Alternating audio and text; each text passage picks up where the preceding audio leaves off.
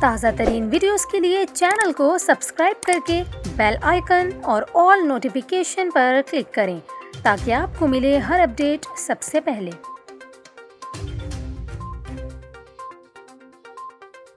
اور یہاں پر آپ کو خبر دیں، پیٹرولیم مصنوعات کی قیمتوں میں پھر اضافے کا خدشہ ہے۔ اوگرا قیمتوں میں اضافے کی سمری آج پیٹرولیم ڈویژن کو بھیجے گی۔ 16 جون سے نئی قیمتوں کا تعین ہوگا۔ پاکستان میں 15 اور 16 جون کی درمیانی شب 12 بجے سے پیٹرول کی قیمت میں کم و بیش 10 روپے فی لیٹر اور ڈیزل کی قیمت میں 30 روپے فی لیٹر اضافے کی تجویز ہے۔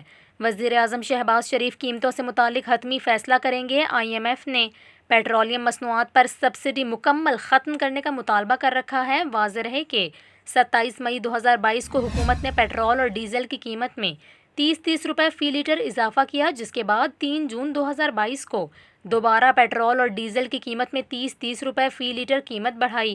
وفاقی وزیر خزانہ مفتاح اسماعیل نے اندیا دیا ہے کہ IMF کے ساتھ معاہدے پر دستخط سے قبل ہمیں پیٹرول کی قیمت 210 روپے فی لیٹر سے بڑھا کر چند روز میں 220 روپے فی لیٹر کرنا پڑے گی۔ اسی طرح ڈیزل کی فی لیٹر قیمت 205 روپے سے بڑھا کر 235 روپے فی لیٹر کرنے کی تجویز ہے۔